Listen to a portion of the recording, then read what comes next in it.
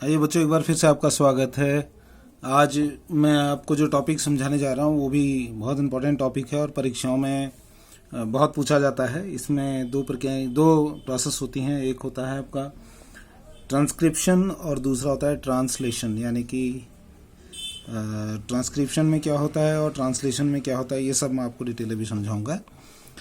तो आइए समझते हैं प्रोटीन संश्लेषण, प्रोटीन सिंथेसिस। बहुत इंपॉर्टेंट टॉपिक है, गौर से समझिएगा। थोड़ा कठिन है और आसानी से समझ में आ जाएगा आपको अगर आप इस वीडियो को गौर से देखेंगे तो प्रोटीन संश्लेषण की प्रक्रिया जो होती है, पहले तो आपको मैं इसका सेंट्रल डोगमा समझाऊंगा।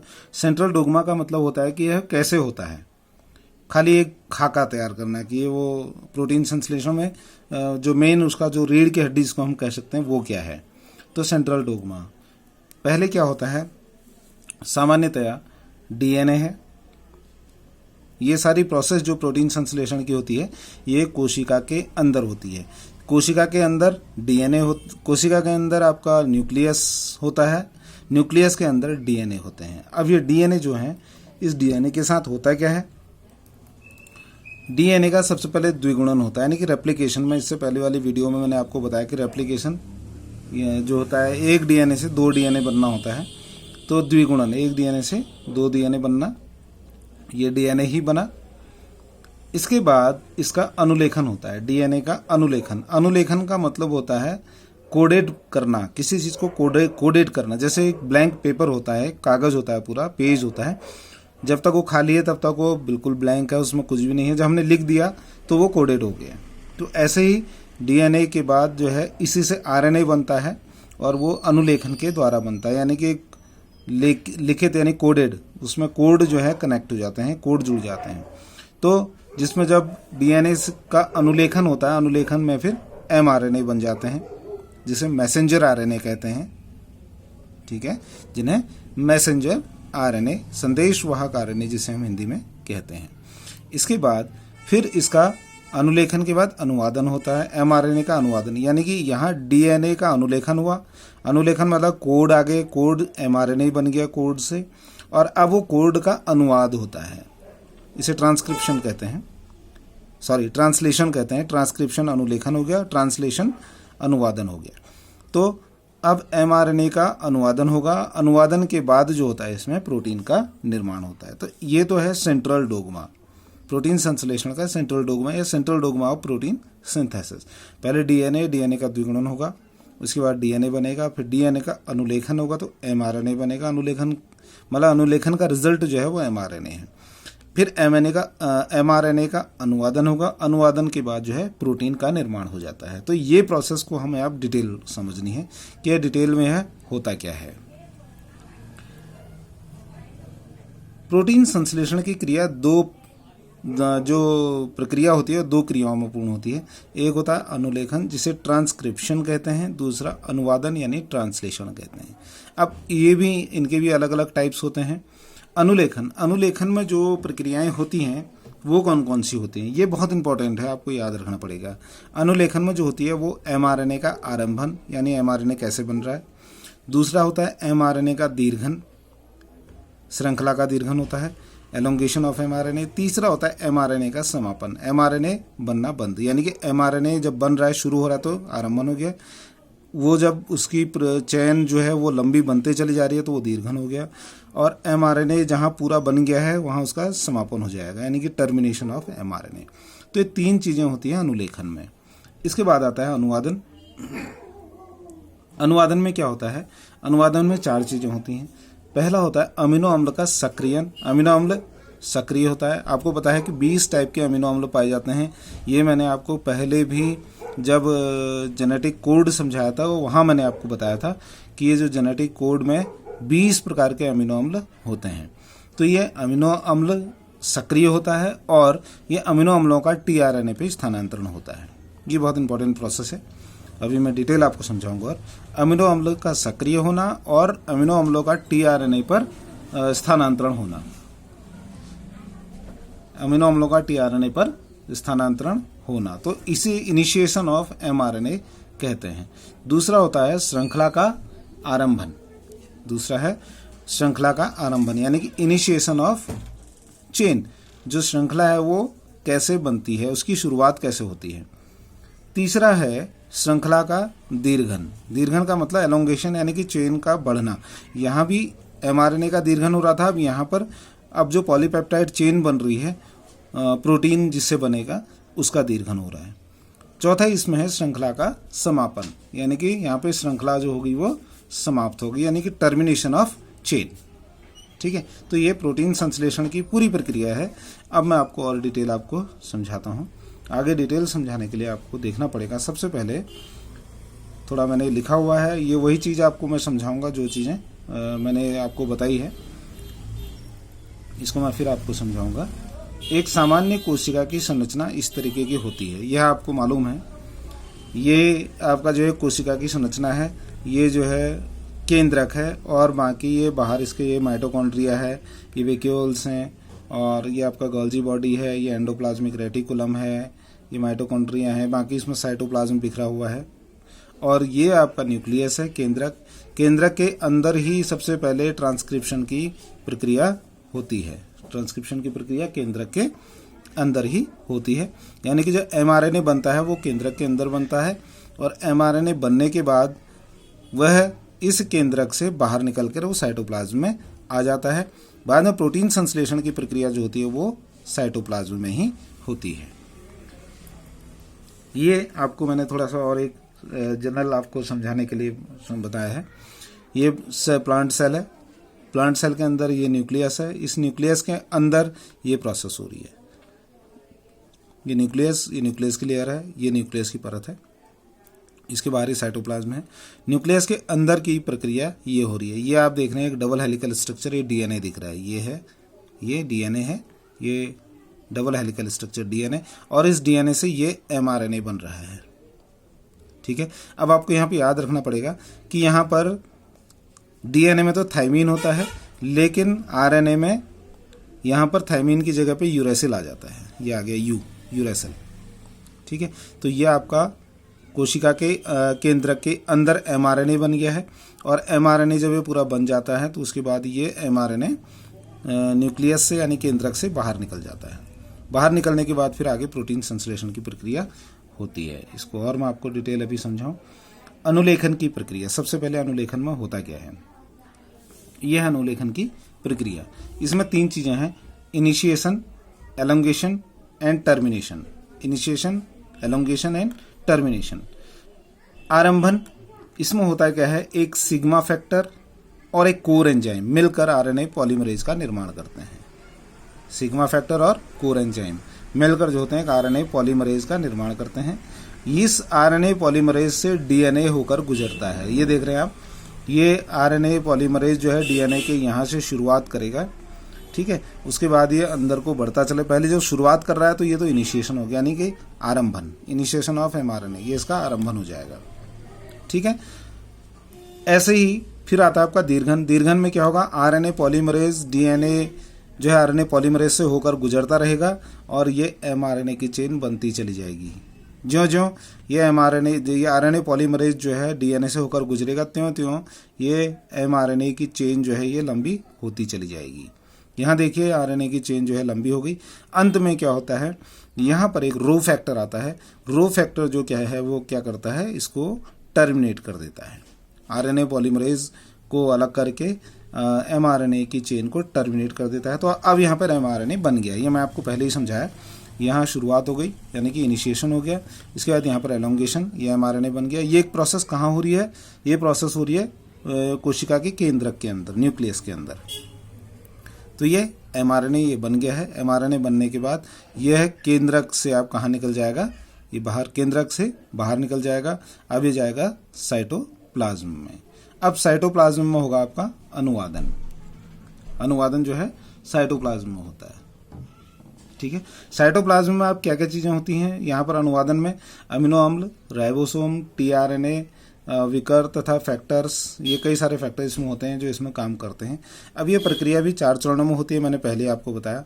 अमीनो अम्ल का सक्रियण तथा अमीनो अम्लों का टीआरएनए पर स्थानांतरण, दूसरा श्रृंखला का आरंभन, तीसरा श्रृंखला का दीर्घन, चौथा श्रृंखला का समापन। अब ये प्रोसेस कैसे होती है? सबसे पहले अमीनो अम्लों का सक्रियन। अमीनो अम्ल कैसे सक्रिय होता है ये आपको देखना है। अमीनो अम्ल का सक्रियन और टीआरएनए पर स्थानांतरण। ये एक टीआरएनए है, इस पर अमीनो अम्ल को जोड़ना है। यह अमीनो अम्ल है, ये 20 प्रकार के अमीनो अम्ल होते हैं। ये 20 प्रकार के अमीनो अम्ल अलग अलग टीआरएनए पर जुड़ जाते हैं। ये मैंने आपको समझाने के लिए बनाया है, ठीक है। ये अमीनो अम्ल हो गए और ये टीआरएनए हो गए। टीआरएनए पर अमीनो अम्ल जुड़ जाते हैं। अब कैसे जुड़ते हैं, इसके लिए प्रोसेस क्या होती है? इसमें रासायनिक अभिक्रिया होती है। अमीनो अम्ल जो होते हैं, अमीनो एसिड जुड़ते हैं किसके साथ? एटीपी के साथ, एडिनोसिन ट्राइफॉस्फेट के साथ। अमीनो एसिड टीआरएनए के साथ जुड़ते हैं, ठीक है। और साथ में इसमें एडिनोसिन ट्राइफॉस्फेट, टीआरएनए और अमीनो एसिड तीनों चीजें आपस में मिलती हैं। और मिलने के बाद इसमें एक एंजाइम काम करता है जिसको कहता है amino acyl tRNA synthetase. Amino acyl tRNA synthetase एक एंजाइम इसमें काम करता है। इस एंजाइम के इनके साथ मिलने से अमीनो एसिड टीआरएनए बनता है। अमीनो एसिड टीआरएनए बनता है और अमीनो एसिड टीआरएनए बनता है और साथ में बनता है एडिनोसिन मोनोफॉस्फेट। अमीनो एसिड जो है, अब यहां पर मैंने आपको ये बताया अमीनो अम्ल का सक्रियन तथा टीआरएनए पर स्थानांतरण। अमीनो अम्ल सक्रिय होने के बाद जो है ये अमीनो अम्ल एलानीन है। एलानीन जो है यहाँ पर टीआरएनए के साथ जुड़ गया है, अमीनो एसिड टीआरएनए के साथ। तो अमीनो अम्ल एटीपी और टीआरएनए के साथ मिलता है और उसके बाद amino acyl tRNA synthetase enzyme के साथ मिलकर यह अमीनो अम्ल जो होते हैं वो टीआरएनए के साथ जुड़ जाते हैं और साथ में बनता है एडिनोसिन मोनोफॉस्फेट, ठीक है। अब ये टीआरएनए में अमीनो अम्ल टीआरएनए के साथ जुड़ गए हैं, अलग अलग टीआरएनए के साथ अलग अलग अमीनो अम्ल जुड़े हैं। अब ये आगे कैसे काम करते हैं ये आपकी समझने वाली बहुत इंपॉर्टेंट है। ये आप देख रहे हैं, ये वो एमआरएनए है जो आपका ट्रांसक्रिप्शन के समय बना था। ये ट्रांसलेशन की प्रोसेस अब शुरू हो रही है जो मैं समझा रहा हूँ। यहाँ पर जो है ये आपका एमआरएनए है। ये एमआरएनए कोशिका द्रव्य में आ गया है, साइटोप्लाज्म में आ गया है। यहाँ पर दो यूनिट्स, राइबोसोम की 2 यूनिट जुड़ती हैं, जैसे एक ये है, 2 सब यूनिट जुड़ती हैं। इन यूनिट के बीच से होकर एमआरएनए की चेन गुजरती है और साथ में क्या होता है, एमआरएनए के साथ जुड़ते हैं टीआरएनए जो अमीनो अम्ल के साथ, जो अमीनो अम्लों को लेकर आ रहे हैं, ठीक है। यहाँ आप देखिए जैसे कि ये CCA एक कोड है, ये कोड जो है ये इस अमीनो अम्ल को लेकर आ रहा है, ग्लाइसिन को। ऐसी AUA ये कोड जो है ये टीआरएनए इस कोड के साथ आ रहा है टायरोसिन को लेकर। ऐसी ACG यानी कि ये ACG कोड है, ये कोड जो है ये टीआरएनए लेकर आ रहा है और ये लेकर आ रहा है कौन सा अमीनो, इसको लेकर आ रहा है। ऐसे ये कोड यहाँ पे देखें एमआरएनए के साथ कनेक्टेड है, A के साथ U, A के साथ U, A के साथ U, और ये टीआरएनए ये कोड लेकर आया था और ये लेकर आया लाइसिन, ठीक है। ऐसे यहाँ पर आप देखिए G के साथ C जुड़ा है, U के साथ A और G के साथ C जुड़ा है और ये टीआरएनए ये कोड लेकर एमआरएनए के साथ जुड़ा है और ये वेलिनिन लेके आ रहा है। ऐसे यहाँ पर ये देख रहे हैं आप, ऐसे इधर आप देख रहे हैं ये जो है इसके साथ कोडेड होकर हट गया है अलग। देखिए ये लेकर आया था ग्लाइसिन, ये जो पहला जो टीआरएनए है ये ग्लाइसिन को लेकर आया था।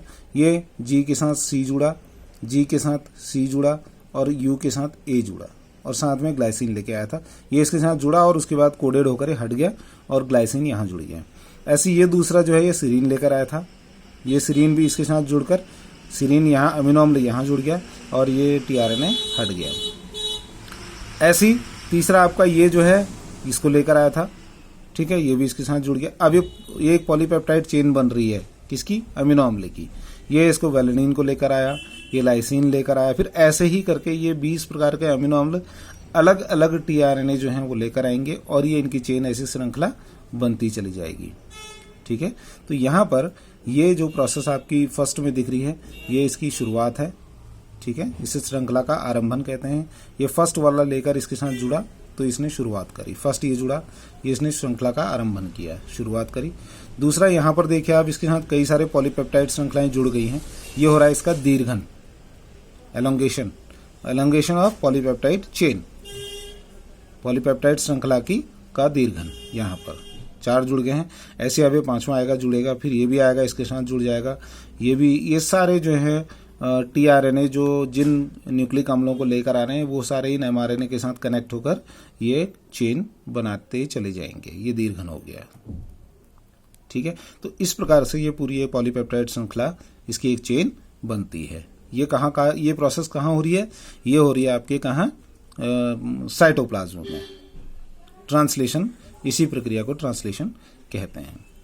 अब क्या होता है अंत में, जहाँ पर सारे एमआरएनए जो होते हैं वो ख़त्म हो जाते हैं, एमआरएनए यहाँ ख़त्म हो गया और यहाँ आपके सारे ये चेन जो हैं अमीनो अम्ल जो होते हैं सब जुड़ के पॉलीपेप्टाइड श्रृंखला बना चुके हैं। इसके बाद अंत में आता है आपका टर्मिनेशन कोडॉन। मैंने आपको पहले ही वहाँ समझाया था। टर्मिनेशन कोडॉन होते हैं आपके UAA, UAG और UGA, ठीक है।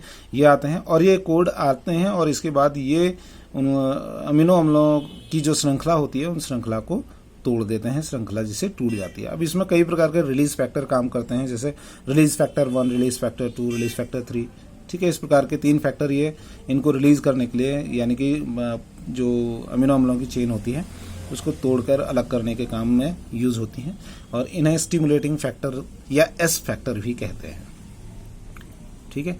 तो यहाँ पर अब ये आपकी टर्मिनेशन ऑफ पॉलीपेप्टाइड चेन हो गया है। कैसे टर्मिनेट होते हैं ये देखिए आप।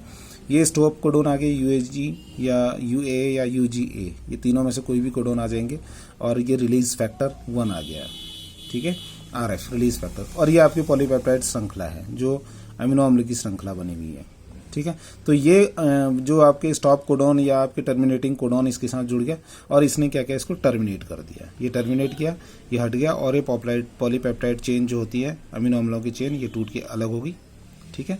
और उसके बाद जो है ये कोडोन में से फिर इसके बाद जो आपके राइबोसोम की 2 सब यूनिट्स होती हैं, ये सब यूनिट भी अलग अलग हो जाती हैं। तो इस प्रकार जो होती है इसकी ट्रांसक्रिप्शन की प्रक्रिया समाप्त होती है। ये टर्मिनेशन ऑफ कोडोन हो गया। तो मैंने आपको पहले बताया अमीनो अम्ल का सक्रियण होता है और फिर अमीनो अम्ल टीआरएनए पर स्थानांतरित होते हैं। दूसरा, श्रृंखला का आरंभन होता है, श्रृंखला का फिर दीर्घन होता है, श्रृंखला बढ़ जाती है पॉलीपेप्टाइड श्रृंखला की, और लास्ट इसमें होता है टर्मिनेशन यानी कि समापन। ये यहाँ पर टर्मिनेशन की प्रक्रिया आपको मैंने समझाई।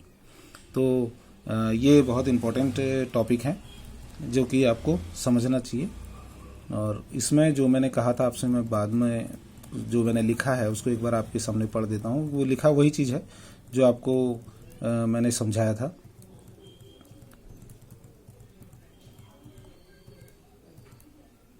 यह है अनुलेखन। अनुलेखन की प्रक्रिया होती क्या है यह आपको लिख के समझाया, वैसे मैंने आपको समझा दिया है। इस प्रक्रिया में डीएनए से संदेश की एमआरएनए के रूप में प्रति बनती है, यानी कि डीएनए से एमआरएनए बनता है।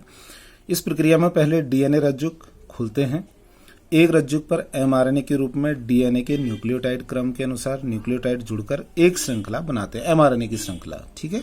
मगर इस क्रम में टी के स्थान पर यू आता है, ये मैंने आपको समझा दिया, क्योंकि आरएनए में थाइमिन नहीं पाया जाता, वहां यूरेसिल पाया जाता है। अनुलेखन समाप्त होने के बाद एमआरएनए केंद्रक से निकलकर कोशिका द्रव्य में पहुंचता है, ये भी मैंने आपको समझाया। क्योंकि यह डीएनए से संदेश लाता है इसलिए इसको संदेशवाहक आरएनए कहते हैं, यानी कि एमआरएनए।